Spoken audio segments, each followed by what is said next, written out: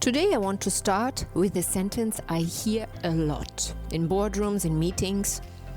People say, I want to become, as a company, more customer-centric. We should be more customer-oriented and we should treat our customer in a more authentic way. Welcome to the 15 Minutes Customer Obsession podcast. I'm Peggy, I'm your host, and this is the place where we turn touch points into trust points. For people, leaders, customers, and humans in business. Let's go. I always wanted to ask the question, and I mostly do, what does that actually mean to you? Because in most cases, what follows is the discussion about process, about journey mapping, about NPS scores, and not about people, not about the genuine connection between people. And today I want to make out of this topic a business argument. Human connection is not a soft skill. It is the hardest and the most strategic, important capability your organization can build. This is today second episode all about. So let's dive deep. When we call something a soft skill, we give leaders permission to deprioritize it. So it becomes a nice to have. The agenda item that gets cut when Q4, like the last trimester of the year, is tight, when the numbers are not going the way we wanted them to go. So, but what really we are saying is, when we call connection a soft skill, we don't know how to measure it. And that is more a measurement problem and not a value problem. And because the evidence is not soft at all, that's why in my Genuine Human Experience program, I call it the relational revenue. This is a hard fact. Companies that build genuine customer relationships, not transactional ones, general relation ones, outperform other companies consistently across industries. Here's some numbers for you.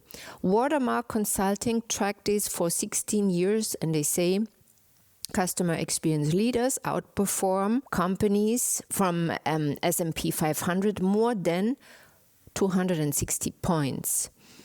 For example, Motista researched 100,000 companies, and they found out that their customer lifetime value is 306% higher once customers are emotionally connected. I'm not saying 30% higher, I'm not saying 50% higher, no, 306% higher. And there is another example that actually remained with me also, that there's a pet retailer company that's called Chewy, and they send 11 million handwritten cards a year. When a customer's pet dies, then they refund food, they send flowers. I'm not talking about here a 5-star hotel, we are talking about a pet retailer. But we are talking about something that is touchable to people. So their NPS is 86, their revenue nearly $12 billion. And that is not a coincidence what I'm saying. This is relational revenue. And here's what the data says about referral specifically. Motista, they also found out that emotionally connected customers recommend their brand at 71%. Customers who are merely satisfied, 45%. So that 26 gap margin is not marketing. That is the business case for genuine human experience in a number. What companies actually train for, if we look at this part? So most companies, they invest in service training, script training, smile training. Yes, you can train smile and you can train behavior. You try to boost friendliness. What you cannot train is connection. Connection is not a technique, a soft skill. It's a result of who you are. Again, I repeat, connection is not a technique. It is a result of who you are and how your organization develops its people, how the organization works. The companies that get this right don't just train their frontline. They develop their leaders. So their leaders develop their teams afterwards. So their teams can genuinely be there for their customers. It's a chain. It starts from the leaders, from the core. It starts from who we are. So the upstream variable nobody talks about is this. The pattern most leadership teams miss. You cannot sustain genuine customer relationships through disengaged employees. Here are some examples that I got for you. For example, Costco. This is a leading international membership-based warehouse club, similar to what we know Metro, pays nearly double the retail average in hourly wages. They pay more on salary. So the annual turnover is 8%. The industry average turnover is 60%. So that means customers see the same faces year after year. That engages, builds trust. Membership renewal, 92.2%. Second example, Southwest Airlines, 47 consecutive years of profitability.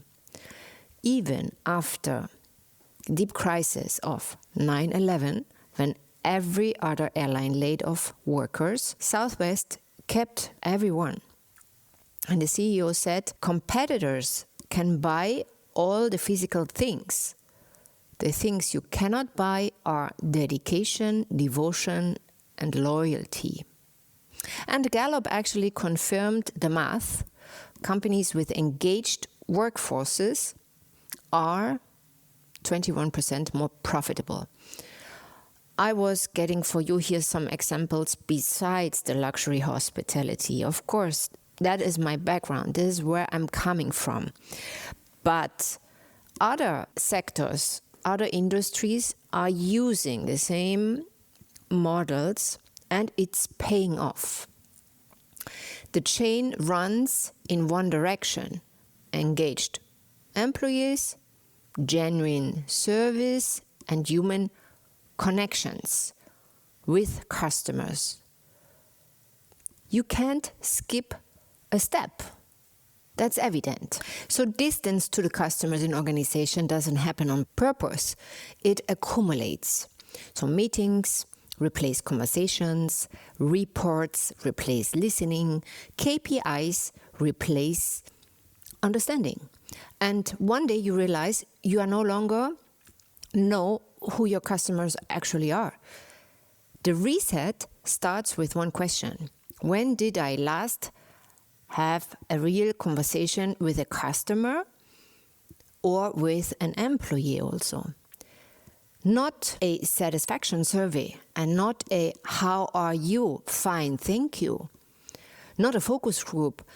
A real conversation, a real human moment, a real look in the eye, a real sensing the feelings and the frequency if you want.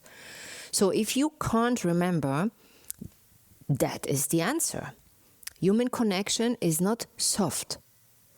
It is the last competitive advantage today that cannot be automated replicated or outsourced. The moment a customer feels truly seen, that will be always a human act.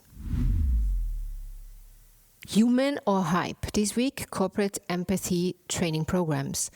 Companies rolling out empathy trainings for their customer-facing teams, and this is not a bad initiative, but full day workshops, certificates, and sometimes great guest speakers, they have a limited impact. The intention is right, the empathy matters, of course it does, but the problem here is you cannot teach empathy in one-day workshop to the people who work in a culture that doesn't model it from the top. Empathy training without leadership development is a theater, according to me. It makes the company feel like it does something, but the customer feels nothing different. Hype this week. So train the leaders first. The rest follows. Without that, it's a certificate on a wall or in a drawer and a problem that hasn't moved. In our category red flag or green flag, we talked this week about how companies respond to bad customer reviews. We all know the situation. A bad review goes up, public, visible, a bit painful. And what happens next tells you everything. The red flag response is, we are sorry to hear that, but contact us, email, signed, the customer service team, the guest relationship manager, these general signatures.